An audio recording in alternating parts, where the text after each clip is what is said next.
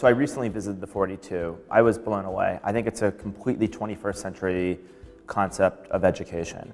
At a lot of colleges, especially in the United States, people aren't as self-motivated. I think the extremely difficult exam to get into the school kind of filters out self-direction, which is basically what you mostly need to be an entrepreneur. And I think the peer kind of tutoring in the classes, the flexibility, the sense of community, it's actually a complete rethink. And it's a very stripped down version of education as you need it. It's actually what I think is what is actually necessary for today's education. And I think it's much more effective than the classical kind of lecture.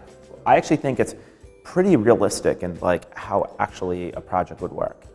I went to a college. I think that college was really, really great. As much as I learned in college, I think I've learned more as a CEO of Airbnb, founding this company. I didn't have a professor. I think the skills to like learn from others, and actually there's a saying that like, there's a lot of studies that show you retain more if you have to work on a problem with somebody else, and you retain even more than that if you have to teach it to somebody. So I think the kind of peer kind of teaching, it also teaches collaboration. You know, if you have a relationship with a professor, you're kind of learning to manage with your boss. But that's actually not how most work gets done in the company. I went to the Rhode Island School of Design. It was I think it was a great art school. We didn't have a lot of lectures, and I don't think lectures are super effective. I think you can just like watch a video on YouTube if you want to go to a lecture. But we had very similar kind of project studios, and students would help each other, and we'd make things with our hands and design things. When you think of the word creativity, you probably don't think of somebody being told what to do and then given the right answer and there's objectively one right answer. That doesn't sound a lot like creativity at all.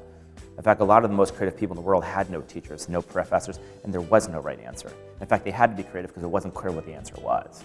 I think it's definitely capable to be a successful engineer without a computer science degree. We have a lot of engineers that have succeeded without computer science degrees. So, you know, there's no replacement for somebody making and creating alongside their peers and discovering and being self-directed. That's a hard thing because like, if the person doesn't want to learn, there's no replacement for that. But no amount of motivation can compete with somebody's inner thirst for learning. There's no replacement for that. Humans who create tools can become much more efficient. Code is conceptually the ultimate tool. It gives humans so much power to create a world around them. The thing that creates that community is the code. It's the leverage that you get through scale.